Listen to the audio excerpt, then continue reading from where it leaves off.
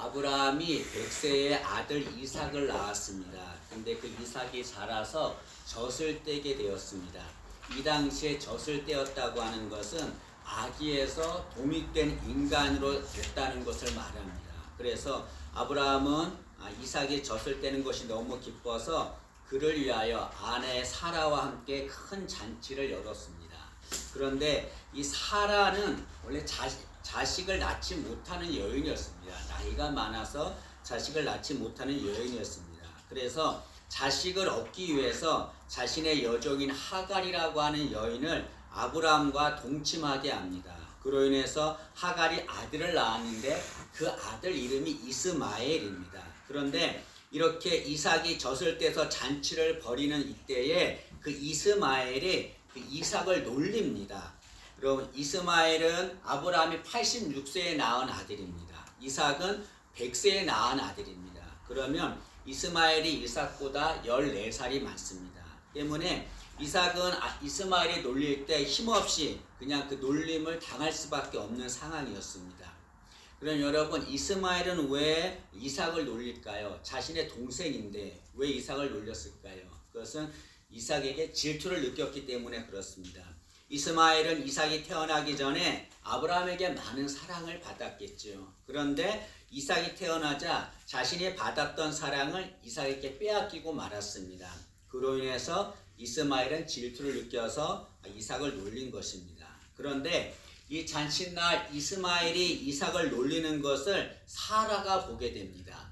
그 모습을 본 사라는 분노합니다. 그래서 아브라함한테 하갈과 이스마엘을 내쫓으라고 강력하게 요구합니다. 여러분, 이스마엘이 이삭을 놀린 것, 그것이 그 하갈과 이스마엘이 쫓겨날 일이 됩니까? 여러분, 이스마엘이 이삭을 놀렸다고 그들을 쫓겨내는 것은 정말 비인간적인 행동입니다. 하갈과 이스마엘을 내쫓는 것은 나가서 죽으라는 소리와 똑같은 거죠. 때문에 사라의 말을 들은 아브라함은 매우 근심되었습니다. 여러분, 이삭만이 아브라함의 아들이 아닙니다. 이스마엘도 아브라함의 아들인 거죠. 아브라함은 매우 근심했습니다. 그런데 하나님께서 아브라함한테 아브라함아, 사라가 너한테 한 말을 들으라 라고 말합니다. 이 말은 사라가 하갈과 이스마엘을 내쫓는 것을 허락하신다는 것을 말하는 거죠. 이상하죠? 하나님은 사랑의 하나님이십니다. 그 사랑의 하나님이 어떻게 하갈과 이스마엘을 내쫓는 것을 허락할 수 있는가? 하나님이 너무 매정하지 않는가? 라고 생각할 수 있습니다. 그러나 하나님이 사라가 하갈과 이스마엘을 내쫓는 것을 허락하신 이유가 있습니다. 그 이유가 무엇입니까? 그것은 사라는 하갈과 이스마엘을 버리지만 하나님은 그들을 지켜줄 것이기 때문에 그렇습니다. 여러분, 하나님이 하갈과 이스마엘을 내쫓은 것을 허락하신 것은 그들을 지켜주겠다는 것을 말씀합니다. 14절 말씀 보면 하나님이 아브라함한테 내가 이스마엘로 한 민족을 이루겠다라고 말씀하십니다.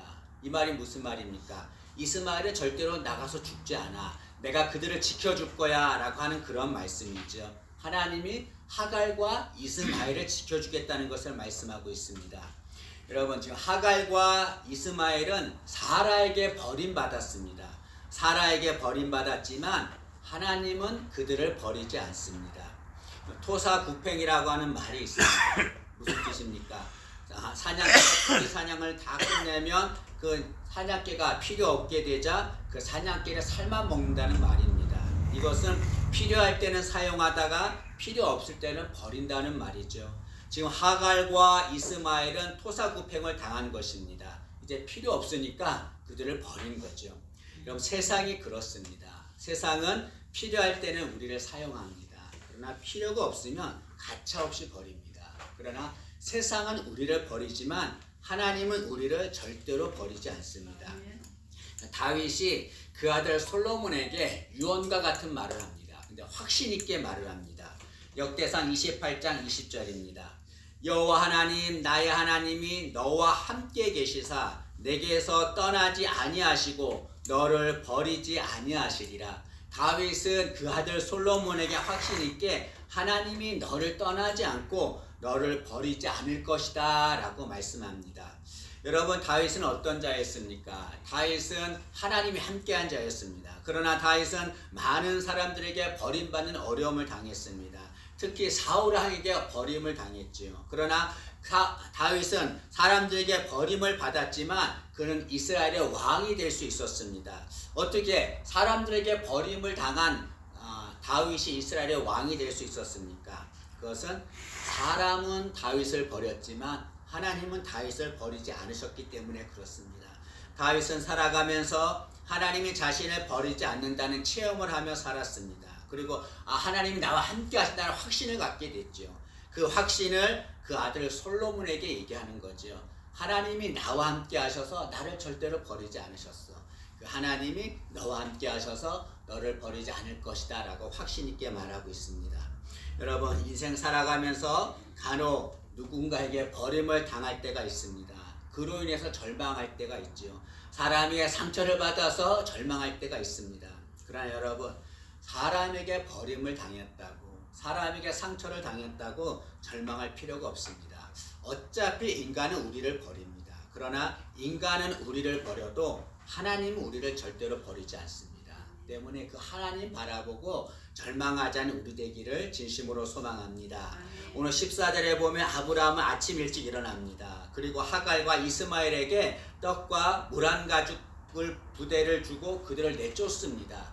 아브라함이 이렇게 할 수 있었던 것은 왜 그렇습니까? 하나님이 이들을 지켜주신다는 확신이 있었기 때문에 그렇습니다. 하나님이 너희들을 지켜줄 거야. 염려하지 마. 그런 확신을 갖고서 아브라함이 그들을 내쫓는 거죠.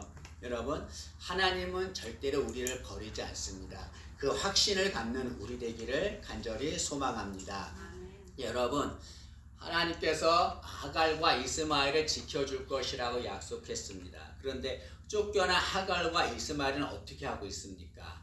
14절 말씀을 한번 보시죠. 14절 말씀 보시면 아브라함이 아침에 일찍 일어나 떡과 물 한 가죽 부대를 가져다가 하갈의 어깨에 메어주고 그 아이를 데리고 가게 하니 그 후에 어떻게 됐습니까? 하갈이 나가서 브엘세바 광야에서 방황하더니 라고 말합니다. 하나님이 분명히 하갈과 이스마엘을 지켜주겠다 약속했는데 그럼 이들은 어떻게 하고 있습니까? 브엘세바 광야에서 방황하고 있다라고 말하고 있습니다. 그리고 아브라함에게 받은 떡과 물도 다 떨어지고 말았습니다. 그들은 지금 광야에 있습니다. 먹을 것이 아무것도 없습니다. 뜨거운 태양만 내리쬐고 있습니다. 하갈과 이스마엘은 죽을 상황에 놓여 있습니다. 그런데 어느 한 곳에도 도움을 요청할 데가 없었습니다. 더군다나 지금 아들 이스마엘이 죽어가고 있습니다. 하갈은 어떤 생각을 했을까요? 하나님이 우리를 버리시는구나, 우리와 함께하지 않는구나 라고 생각했을 것입니다. 그래서 하갈은 두려워합니다. 두려워하면서 어찌할 줄 몰라서 소리내어 웁니다. 여러분 하갈이 정말 절망의 상황에서 소리내어 울고 있는 거죠. 간혹 신앙이 어떤 사람이 이런 말을 합니다. 신앙인이 우는 것은 믿음이 없는 것이다 때문에 신앙인은 절대로 울어서는 안 된다라고 말하는 일이 있습니다. 그러나 여러분 그렇지 않습니다. 신앙인도 어렵거나 아프면 울어도 됩니다. 예수님도 이 세상에 오셔서 우셨습니다. 근데 중요한 것이 있습니다. 힘들고 어려울 때 울어도 되지만 울 때는 사람 앞에서 우는 것이 아니라 하나님 앞에서 울어야 한다는 거죠. 하갈은 지금 어떻게 할 줄 몰라서 소리내어 울고 있습니다. 그러나 그는 지금 하나님 앞에서 울고 있는 거죠. 여러분 사람 앞에서 울면 사람들이 우리를 도와줄까요? 오히려 우리를 무시하고 조롱합니다. 그러나 하나님 앞에서 울면 하나님이 우리를 위로하시고 도와주시는 거죠. 예수님께서 팔복을 말씀하셨습니다. 그때 어떤 말씀을 하셨냐면 마태복음 5장 4절에 애통하는 자는 복이 있나니 그들이 위로를 받을 것이며 라고 말씀했습니다. 여기 애통하는 자는 하나님 앞에서 우는 자를 말합니다. 위로를 받는다는 것은 하나님이 품에 안아주신다는 것을 말합니다. 그래서 하나님 앞에서 우는 자는 하나님이 품에 안아주신다, 도와주신다 그런 말이죠. 이처럼 하나님 앞에서 울면 하나님이 우리를 도와주십니다. 하갈도 지금 하나님 앞에서 웁니다. 그런데 하나님이 어떻게 하셨습니까? 19절 말씀을 한번 보시죠. 19절 말씀 보시면 16절을 먼저 보시면 이르되 아이가 죽는 것을 참아 보지 못하겠다 하고 지금 이스마엘이 죽어가고 있습니다. 하갈이 어미로서 그걸 보지 못하고 있습니다. 그래서 화살 한바탕 거리 떨어져 마주 앉아 바라보며 소리내어 우니 어떻게 할 수가 없어서 지금 소리내어 울고 있습니다. 그러자 하나님이 어떻게 하셨습니까? 19절에 하나님이 하갈의 눈을 밝히셨으므로 샘물을 보고 가서 가죽 부대에 물을 채워다가 그 아이에게 마시게 하였더라. 하갈이 소리내어 하나님 앞에 울자 하나님께서 그 하갈의 눈을 밝혀주셨습니다. 그러자 하갈은 샘물을 발견하고 그 물을 떠다가 이스마엘과 함께 마셨습니다. 그로 인해서 하갈과 이스마엘은 생명을 보존하게 되었습니다. 여러분 한번 생각을 해보세요. 지금 하갈이 샘물을 발견했습니다. 근데 그 샘물이 갑자기 나타난 것입니까? 하나님이 갑자기 그곳에 샘물이 생겨나게 한 것입니까? 아닙니다. 그 샘물은 원래 그 자리에 있었던 것입니다. 다만 하갈이 그 샘물을 보지 못한 거죠. 지금 하갈은 이스마엘과 부엘세바 광야에 있습니다. 부엘세바라고 하는 뜻은 맹세의 샘 일곱 우물이라고 하는 뜻입니다. 이것은 그곳에 많은 우물이 있다는 뜻이죠. 지금 하갈과 이스마엘은 샘물이 많은 부엘세바에 있습니다. 그러면서도 그들은 샘물을 발견하지 못하고 있습니다. 왜 그렇습니까? 그렇게 샘물이 많은 곳에 있으면서도 왜 그들은 샘물을 발견하지 못했습니까? 그들의 눈이 가려졌기 때문에 그렇습니다. 여러분 샘물이 아무리 많아도 하갈은 눈이 가려졌기 때문에 샘물을 볼 수 없었던 것입니다. 그런데 하나님이 눈을 밝혀주시자, 눈을 열어주시자 샘물을 보게 된 거죠. 여러분 샘물은 하갈 옆에 있었던 겁니다. 단지 하갈이 그걸 보지 못한 거죠. 우리도 살아가면서 하나님이 나에게 아무것도 주시지 않는다라고 생각하는 이들이 있습니다. 하나님 나에게 아무것도 주지 않았어. 그래서 불평하고 원망하는 이들이 있습니다. 내가 이렇게 열심히 노력하는데 하나님이 내게 아무것도 주지 않아 라고 말하는 이들이 있습니다.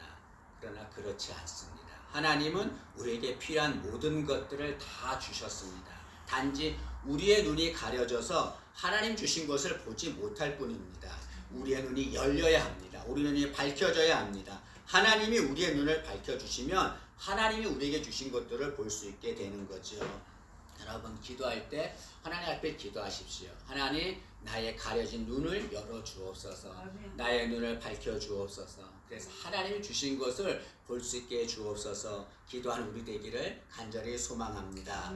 여러분 하갈은 하나님이 눈을 밝혀주셔서 샘물을 보고 살게 되었습니다. 마찬가지로 하나님이 우리의 눈을 밝혀주시면 우리의 눈을 열어주시면 우리는 살 길이 보일 줄로 믿습니다. 앞이 캄캄하고 아무것도 보이지 않아도 하나님이 열어주시면 볼 수 있게 되는 거죠. 여러분 인생의 성공과 실패는 어떻게 결정됩니까? 내가 열심히 노력하느냐에 따라서 결정됩니까? 그렇지 않습니다. 인생의 성공과 실패는 하나님이 눈을 밝혀주시느냐 그렇지 않느냐 거기에 달려있는 거죠. 여러분 하나님이 우리의 눈을 밝혀주셔서 우리에게 모든 것들을 볼 수 있는 은혜를 주시기를 진심으로 소망합니다. 그리고 이렇게 하갈이 울고 있는데 이렇게 울고 있는 하갈에게 하나님의 사자 천사가 찾아옵니다. 그런데 이 천사가 하갈에게 흥미로운 말을 합니다. 그 말이 뭐냐면 하나님께서 이스마엘의 소리를 들으셨다라고 말합니다. 근데 여러분 실제로 소리내어 운 것은 누굽니까? 이스마엘입니까? 소리내어 운 것은 하갈이었습니다. 그런데 이 천사는 하나님이 하갈의 소리를 들었다라고 말하지 않습니다. 원래는 하갈의 소리를 들었다라고 말해야 되는데 천사는 하나님이 이스마엘의 소리를 들으셨다라고 말하고 두 번씩이나 말합니다. 17절 말씀을 한번 보시죠. 17절 보시면 하나님이 그 어린아이 이스마엘이죠. 그 어린아이의 소리를 들으셨으므로 하나님의 사자 천사가 하늘에서부터 하갈을 불러 이르시되 하갈아 무슨 일이냐 두려워하지 말라 하나님이 저기 있는 아이의 소리를 들으셨나니 여기 보면 어린아이의 소리를 들으셨으므로 아이의 소리를 들으셨나니 하나님께서 이스마엘의 소리를 들으셨다라고 두 번 말합니다. 하나님은 왜 하갈이 아니라 이스마엘의 소리를 들으셨다라고 두 번이나 말씀하십니까? 우리에게 가르쳐주고 싶은 것이 있는 거죠. 그것이 무엇입니까? 하나님은 버림받고 실패한 자의 소리를 들으신다는 것, 그걸 알려주기 위해서 이 말씀을 하신 것입니다. 여러분, 지금 이스마엘은 광야에서 죽어가고 있습니다. 죽어가는 상황에서 그는 크게 말하지도 못하고 있습니다. 무슨 소리만 냈을까요? 작은 신음소리만 냈겠지요. 그 소리는 너무 작아서 하갈도 이스마엘의 소리를 듣지 못했을 것입니다. 그러나 하나님은 이스마엘의 신음소리를 듣고 있었습니다. 아무도 듣지 못하는 그 신음소리, 그 작은 소리 하나님이 들으시는 거죠. 여러분, 10주절에 하나님이 그 어린아이의 소리를 들으셨으므로 라고 하는 말은 하나님이 그 어린아이의 신음소리를 들으셨으므로 라고 하는 말과 같은 말입니다. 여러분, 우리도 살아가면서 너무 힘들어서 소리 내지 못할 때가 있습니다. 신음소리만 내는 상황이 생길 수가 있습니다. 그럴 때 아무도 나의 소리에 관심을 갖지 않습니다. 아무도 듣지 않습니다. 그러나 나의 작은 신음소리를 듣는 분이 계십니다. 그분이 바로 하나님이시죠. 여러분, 이스마엘이라고 하는 이름의 뜻이 무엇이냐면 하나님께서 들으신다라고 하는 뜻입니다. 이것은 하나님이 이스마엘의 소리를 들으신다는 걸 말씀하는 거죠. 근데 여러분, 지금 이스마엘은 어떤 자입니까? 이스마엘은 사라에게 버림받은 자입니다. 세상적으로 말하면 실패한 자입니다. 성공하지 못한 자입니다. 그런데 하나님께서 이스마엘의 소리를 들으셨다라고 말씀합니다. 무슨 말입니까? 하나님은 버림받은 자의 소리를 들으신다는 말입니다. 하나님은 실패한 자의 소리를 들으신다는 걸 말하는 거죠. 세상은 버림받은 자의 소리를 듣지 않습니다. 실패한 자의 소리를 듣지 않습니다. 관심을 갖지 않아요. 외면합니다. 그러나 하나님은 그 소리를 들으십니다. 또 20절 말씀을 한번 보시죠. 20절 말씀 보시면 하나님이 그 아이와 함께 계시며 하나님이 이스마엘과 함께 계신다라고 말씀합니다. 하나님은 버림받은 이스마엘과 함께 하십니다. 실패한 이스마엘과 함께 하십니다. 마찬가지로 하나님은 버림받은 자의 소리를 들으시고 버림받은 자와 함께 하십니다. 하나님은 실패한 자의 소리를 들으시고 그 실패한 자와 함께 하신다는 것을 말씀하는 거죠. 하나님은 이스마엘의 하나님이 되신 것입니다. 여러분, 성경에 보면 아브라함의 하나님, 이삭의 하나님, 야곱의 하나님이라고 하는 말이 나옵니다. 그런데 이스마엘의 하나님이라고 하는 말은 나오지 않습니다. 사람들은 이렇게 생각합니다. 하나님이 아브라함의 하나님, 이삭의 하나님, 야곱의 하나님이라고 했으니까 우리는 아브라함처럼, 이삭처럼, 야곱처럼 살아야 되는구나. 그래야 하나님이 우리와 함께 하신구나 라고 생각할 것입니다. 그리고 이스마엘처럼 버림받고 실패하면 하나님이 우리와 함께 하지 않는구나 라고 생각하는 사람들이 있습니다. 그러나 그렇지 않습니다. 하나님은 아브라함의 하나님, 이삭의 하나님, 야곱의 하나님이 되시지만 아울러 이스마엘의 하나님도 되십니다. 하나님은 버림받고 실패한 자의 하나님도 되시는 거죠. 그래서 하나님은 이스마엘의 하나님이십니다. 그런데 이스마엘의 하나님은 곧 나의 하나님이 되시는 거죠. 나도 실패하고 버림받습니다. 나도 좌절하고 절망할 때 있습니다. 그러나 하나님은 나를 절대로 외면하지 않고 나와 함께 하십니다. 이스마엘의 하나님은 나의 하나님이 되시는 거죠. 아멘. 여러분, 혹시 인생 살다가 실패해서 하나님이 나와 함께 하지 않는다고, 하나님 내 소리를 듣지 않는다고 나를 버리셨다고 생각하고 있습니까? 오해입니다. 하나님은 절대로 우리를 버리지 않습니다. 우리의 작은 신음소리 듣고 계시고 우리와 함께 하십니다. 절대로 우리를 떠나지 않습니다. 하나님은 버림받고 실패한 자에게 이렇게 말씀하고 있습니다. 두려워하지 말아라. 내가 너의 신음소리를 들었고 너와 함께하고 내 눈을 밝혀서 샘물을 보게 할 것이다. 내가 이스마엘의 하나님이 된 것처럼 너의 하나님이 될 것이다 라고 말씀하고 있습니다. 여러분, 지금 힘들고 어려운 상황이 있습니까? 끝이 아닙니다. 하나님은 다시 시작하십니다. 하나님의 이 음성 듣기를 진심으로 소망합니다. 그리고 이스마엘의 하나님이 나의 하나님 되심을 믿는 우리 되기를 진심으로 소망합니다. 기도하겠습니다. 하나님은 버림받은 자, 실패한 자를 외면하지 않고 그들의 소리를 들으시고 그들과 함께 하십니다. 이스마엘의 하나님이 되신 그 하나님이 우리의 하나님이 된 줄로 믿습니다. 이 믿음 갖게 도와주시고 어떤 상황이 있다 할지라도 절대로 좌절하거나 절망하지 말게 하시고 나의 하나님, 그 하나님 바라보며 나아가는 우리 되게 도와주옵소서. 예수님의 이름으로 기도합니다. 아멘.